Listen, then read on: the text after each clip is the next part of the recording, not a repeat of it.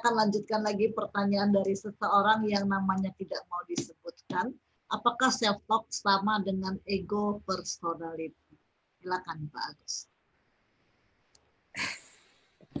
Dalam prosesnya ego personality itu memang proses self-talk gitu ya. Tapi ini dilakukan kalau misalnya di ruang terapi kita gunakan kami terapis dari AWGI menggunakan ego personality terapi, sebenarnya saya rasa berakar juga dari situ. Sebab beberapa jurnal psikologi dan beberapa artikel yang saya baca juga menyarankan, misalnya ada saat self-talk kita menemukan ada perasaan malas, maka bagian yang malas itu kita sebut dengan si malas. Nah ini juga sebenarnya bentuk diskusi dengan EP. Tuh. Tapi tidak semua orang menggunakan istilah EP ini dalam prosesnya. Self-talk merupakan istilah yang lebih dulu populer. Jadi apakah EP sama dengan self-talk? Ya. Oke, berarti itu jawabannya untuk Bapak yang namanya tidak mau disebutkan. Saya akan lanjutkan lagi dengan pertanyaan berikut dari Ibu Lili. Apakah benar bahwa kita tidak boleh menggunakan kata yang berbentuk negatif? Silakan Pak. Oke, pertanyaan yang bagus sekali Bu Lili. Jadi apakah benar bahwa kita tidak boleh menggunakan kata yang berbentuk negatif? Sebaiknya dihindari, tapi selama itu diperlukan, itu digunakan. Contoh ya, saya kasih satu contoh. Ini saya sering contohkan di kelas misalnya. Inti sari dari ajaran Buddha itu kan tidak berbuat jahat, berbuat kebaikan, sucikan hati dan pikiran, betul nggak? Ya kan? Nah, tidak berbuat jahat ini tidak sama dengan berbuat kebaikan. Ya kan? Contoh, kalau misalnya saya jalan nih, dompet saya nongol di belakang nih, dan kemudian jatuh. Misalnya kemudian Bu Mina di belakang saya. Bu Mina jalan, lihat dompet saya jatuh, tapi Bu Mina nggak berani ambil. Jadi Bu Mina hanya diam. Yang terjadi apa? Bu Mina tidak berbuat jahat, tapi juga tidak berbuat baik. Tapi misalnya nih, Bu Mina lihat dompet saya jatuh, terus Bu Mina ambil, terus dia bilang, Pak, ini dompetnya jatuh, gitu ya. Maka di situ Bu Mina tidak berbuat jahat dan berbuat baik. Tapi misalnya nih, dompet saya belum jatuh, Bu Mina ambil nih langsung dari kantong saya. Yang terjadi apa? Bu Mina tidak berbuat jahat, Bu Mina berbuat jahat dan tidak berbuat baik. Jadi demikian, kata tidak, kata jangan bisa digunakan selama memang itu diperlukan. Ya kan? Contoh, kalau yang Buddhis nih, sila pertama, artinya apa? Tidak membunuh, gitu kan sederhananya. Ya memang ya tidak membunuh, gitu loh. Bukan berarti semua makhluk hidup harus disayang-sayang, tapi kita tidak boleh membunuh makhluk hidup. Ya, itu dua makna yang berbeda. Jadi kata tidak itu tetap harus digunakan. Kalau memang artinya sayangi semua makhluk hidup, ya pasti ya Sang Buddha akan memberikan sila itu sebagai yang pertama. Gitu. Tapi di sini adalah tidak, karena Sang Buddha paham kita tidak bisa mencintai, kita nih yang belum sempurna gitu kan tidak bisa mencintai semua makhluk hidup. Nanti ketemu singa, hai, enggak semua orang loh berani lakukan itu, hai, lucunya sayang dipeluk, ya kita. Tapi tidak membunuh, semua orang bisa lakukan kalau mau usaha gitu loh. Oke? Oke, Pak. Demikian ya, Bu. Akan lanjutkan lagi dengan pertanyaan berikutnya dari Bapak Wirya Taruna Sadewa. pertanyaannya panjang. Apa yang terjadi pada diri kita,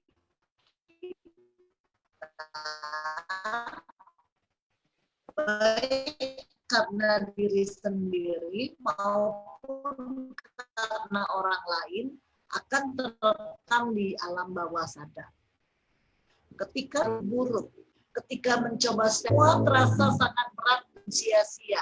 Bagaimana meyakinkan diri bahwa kita bisa menjadi lebih baik? Silakan Pak Agus. Yang pertama, apakah yang terjadi pada diri kita baik karena diri sendiri atau maupun orang lain akan terekam di bawah sadar kita? Iya. Jadi apapun itu, semua informasi itu terekam di bawah sadar kita. Tapi bawah sadar kita juga punya kecerdasan kok. Kalau yang penting dia akan ada, kuat, melekat, yang tidak penting dia akan dilupakan. Biasanya begitu. Termasuk juga nanti ada emosi yang melekat enggak. Contoh nih, teman yang suka jahatin kita waktu SD kita ingat. Yang teman SD rata-rata mungkin punya teman SD 30 sampai 40 orang ya. Kalau saya tanya berapa yang diingat sampai sekarang? Pasti enggak bisa ingat semuanya. Yang diingat pasti yang nakal, yang baik sama kita, yang suka belanjain kita gitu kan, yang suka kita bully kita ingat, yang terus yang kemudian yang apa namanya yang cantik kita ingat, yang ganteng kita ingat, tapi nggak semua kita ingat. Karena apa? Yaitu tidak ada emosi yang intens dan menurut pikiran kita tidak penting, ya itu akan dilupakan. Tapi bukan hilang, dia tetap tersimpan. Dengan cara tertentu itu bisa dipanggil keluar. Nah, kalau banyak hal negatif yang diterima dan berpengaruh buruk, ketika mencoba self-talk positif semua terasa sangat berat dan sia-sia. Nah, ini sebenarnya Bapak mulai memprogram diri bahwa self-talk itu tidak efektif sebetulnya dari yang Bapak tulis ini gitu ya. Nah, cara paling gampang yang selalu saya sampaikan sebenarnya datang terapis. Kalau Bapak di Medan tuh ada Romo Lamirin, ada Bu Mina, ada beberapa teman yang lain yang bisa membantu sehingga kemudian bisa setelah selesai masalahnya bisa memprogram diri dengan lebih baik. Oke. Tapi kalau misalnya nih Bapak mau coba sendiri, yang bisa dilakukan apa? Lakukan dialog tentang self-talk itu sendiri. Misalnya, kenapa ya saya nggak percaya sama self-talk? Nah, si Agus nih kenapa ya nggak percaya sama self-talk? Alasannya apa? Oh, self-talk tuh begini, ada contoh begini. Loh, terus, apakah yang terjadi di orang lain akan terjadi juga sama si Agus? Belum tentu juga, kan? Nah, pada saat itu dilakukan, saya yakin akan ada hal yang berbeda yang dilihat. Gitu. Bagaimana meyakinkan diri bahwa diri kita bisa menjadi lebih baik? Lakukan berulang, Pak. Paling sederhana itu. Atau kalau Bapak mau pakai yang biasa kami gunakan, Bapak tulis apa yang Bapak harapkan untuk diri Bapak. Tulis saja semua. Setelah itu dibaca. Kalau rasanya kurang sek, dibaca, diperbaiki beberapa kali. Sudah itu, Bapak relaksasi. Kalau rasanya sudah cukup rileks, Bapak baca itu tulisan beberapa kali.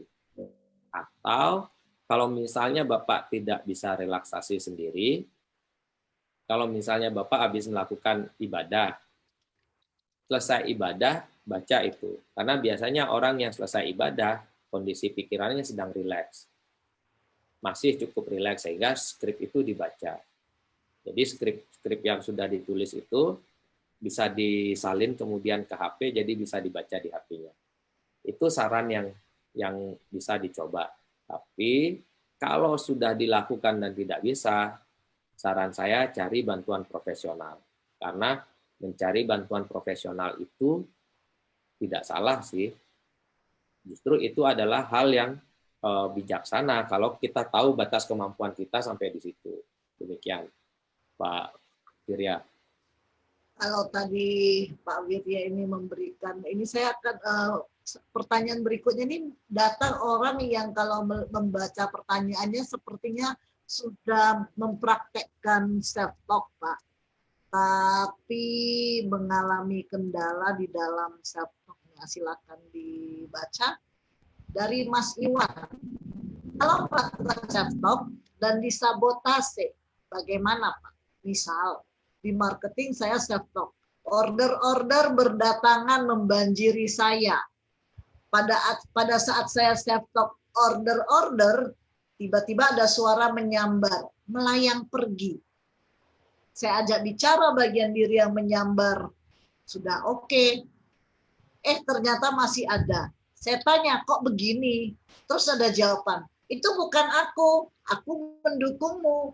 Kalau begitu, bagaimana mengatasinya, Pak? Wah, ini sepertinya ini luar biasa nih. Tapi sudah sering lakukan dan mungkin ada konflik.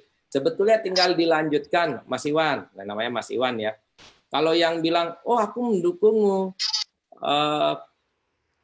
loh kalau kamu mendukungku, berarti siapa yang bilang melayang pergi ini? Kasih tahu dong. Maka itu yang mendukungmu ini akan bicara kok, Mas. Biasanya begitu. Jadi dia akan lanjutkan, oh mungkin si itu, oh ada nih bagian dirinya yang lain nih yang nggak setuju. Tapi kalau misalnya mau dipakai bercandaan sedikit, kalau saya nih, kalau misalnya sudah dibilang, aku mendukungmu, berarti self-talk berikutnya, order-order, kemudian kalau dilanjutkan melayang pergi, saya akan lanjutkan dengan pergi masuk ke kantong saya duitnya, gitu. Bikin itu menyenangkan. Order-order melayang pergi, iya melayang pergi, tapi ada order-order lain yang lebih besar nilainya yang melayang masuk ke kantong saya. Nah, itu yang dilakukan. Sebab dengan dilakukan itu terus, tinggal kuat-kuatan, Pak. Jangan mau kalah sama yang kita tidak mau. Demikian, Mas Iwan. Ya. Jadi bisa juga diajak bercanda ya, self talk-nya bisa juga diajak bercanda ya. Jadi tidak harus selalu strict pada keseriusan ketika melakukan self talk itu ya. Oke, saya akan berlanjut ke pertanyaan dari Bapak Suratman, ini datangnya dari Facebook, Pak. Apakah self talk sama dengan kata hati? Kata hati kadang menunjukkan jalan yang baik, tapi kadang justru menjerumuskan. Bagaimana meningkatkan diri agar selalu mengikuti kata hati yang positif? Dari Bapak Suratman, silakan. Pertanyaannya luar biasa ini. Saya harus hati-hati menjawab nih. Apakah self talk itu kata hati? Seperti yang tadi saya jawab di awal, Pak, siapa itu? Intuisi, kata hati, inner voice itu adalah muncul dari pikiran bawah sadar kita.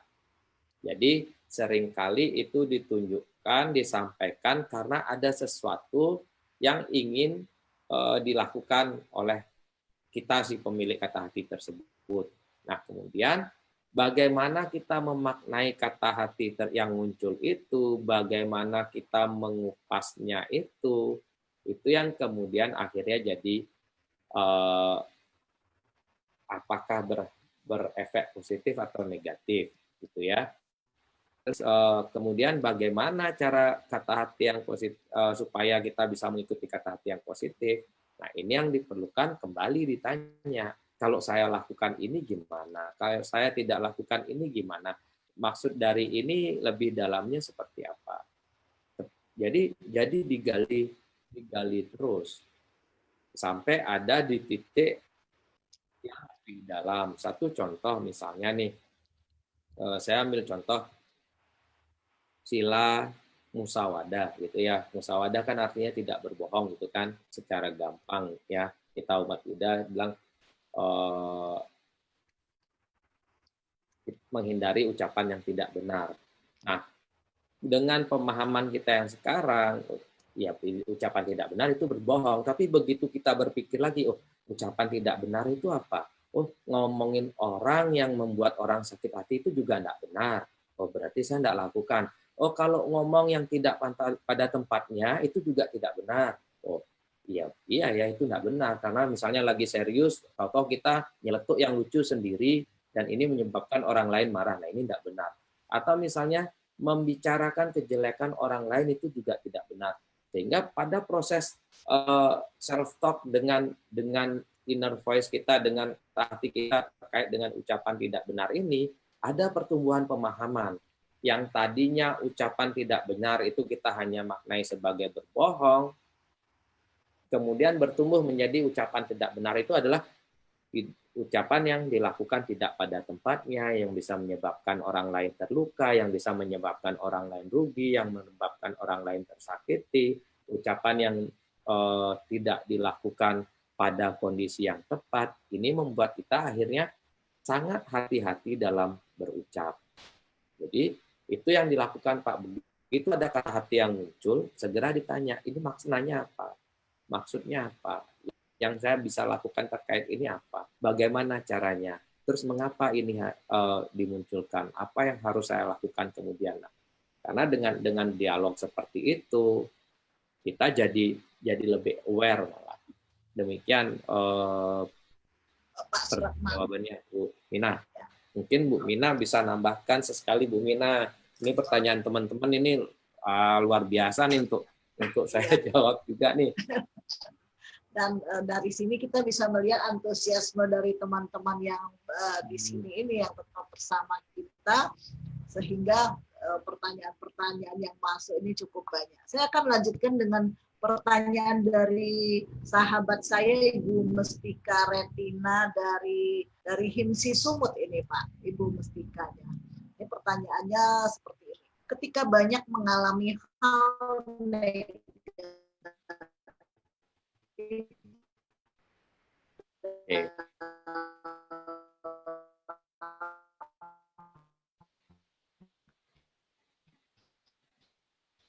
Oke, Bapak langsung ambil alih aja Pak. Oke, saya jawab ya. Ini Bu Mina kayaknya agak turun sinyalnya.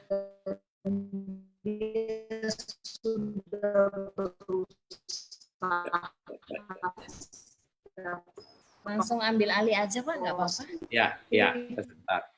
Oke, Bu Mina, saya langsung jawab ya karena sinyal Bu Mina.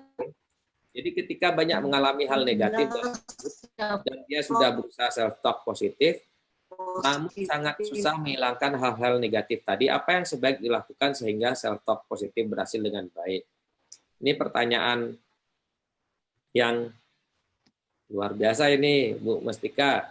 Jadi, yang pertama, bila ada hal-hal negatif yang terjadi di dalam diri kita, yang paling pertama adalah kita bersedia menerima. Artinya, oh ya udahlah ini sudah terjadi, tapi kalau misalnya kita lakukan, kenapa ya ini terjadi pada diriku? Kenapa ini harus menimpa diriku? Kenapa enggak orang lain? Artinya apa? Kita membuat hal yang negatif itu mendapat bahan bakar yang lebih kuat. Sekali lagi, pikiran kita bekerja adalah dia apa yang kita fokuskan itu yang dia anggap penting. Jadi kalau kita fokus memikirkan negatif yang menimpa diri kita, kesialan yang menimpa diri kita, kesulitan yang menimpa diri kita, maka pikiran dalam hal ini bawah sadar kita menganggap bahwa itu yang kita mau. Dan kemudian yang terjadi apa? Karena kita pikirkan, maka itu yang akan diwujudkan. Jadi yang pertama adalah terima itu. Oh ya, saya mengalami hal yang tidak menyenangkan. Apa yang saya bisa dapat dari hal ini ya? Apa hal baiknya? Apa yang bisa saya pelajari dari sini? Oke, hal yang negatif ini saya terima. Terima kasih sudah dapat pelajaran ini. Sekarang saya ingin mendapatkan hal-hal yang baik dalam hidup saya seperti. Nah, itu yang kemudian dikuatkan. Bila terjadi lagi hal negatif, kemudian, oke, ini bagian dari perjalanan yang saya harus alami. Saya terima ini dengan baik, terima kasih. Sekarang saya ingin mendapatkan hal-hal positif seperti ini, A, B, C, D, sehingga pikiran bawah sadar membaca, oh ini sudah tidak diinginkan, sudah say goodbye, tapi yang dia mau ini adalah A, B, C, D ini loh. Ini yang harus dilakukan. Sehingga akhirnya hal positif ini yang akan muncul lebih kuat di pikiran bawah sadar kita dan memberi dampak yang positif juga. Demikian Bu Mestika. Jadi hal negatif yang muncul itu sebaiknya memang tidak ditolak ya Pak ya. Betul. Tidak ditolak sehingga menimbulkan konflik ya. Setelah kita mampu untuk menerima hal itu, baru pikiran bawah sadar dapat memunculkan hal-hal positif lagi ya. Oke, ini waktunya tak terasa ternyata kita 10 menit lagi sudah jam 9. Pak, saya akan share lagi nih pertanyaan dari Bapak Nanda. Yang pertama, self-talk apakah sama dengan bicara di depan kaca? Jika ya, apakah emosi negatifnya tidak mantul kembali ke kita? Oke, Pak. Pak Nanda, ini pertanyaan menarik dan saya yakin sudah pernah melakukan, berarti banyak praktisi melakukan self talk di depan kaca. Betul. Karena daripada sulit membayangkan lawan bicara yang imajiner, maka dia lakukan di depan kaca. Itu bisa dilakukan. Sama sebenarnya dengan lihat kaca, kan kita lihat orang ketiga di situ, bukan diri kita sendiri, walaupun itu menyerupai diri kita. Tapi kita akan bicara, oh Gus kamu loh, kamu yang di kaca ini loh, kamu begini-begini ya Gus. Nah, ini kan artinya enggak menyalahkan kita balik gitu ya. Terus yang kedua tadi, apakah mantul? Ini yang setahu saya kalau kaca ya cuma memantulkan bayangan. Tidak memantulkan ininya, vibrasi yang terjadi gitu ya Pak. Jadi jangan takut. Mungkin seperti kalau kita sering dengar Pak Adi ngomong, kalau dengar curhat orang tuh nggak boleh saling berhadapan seperti ini.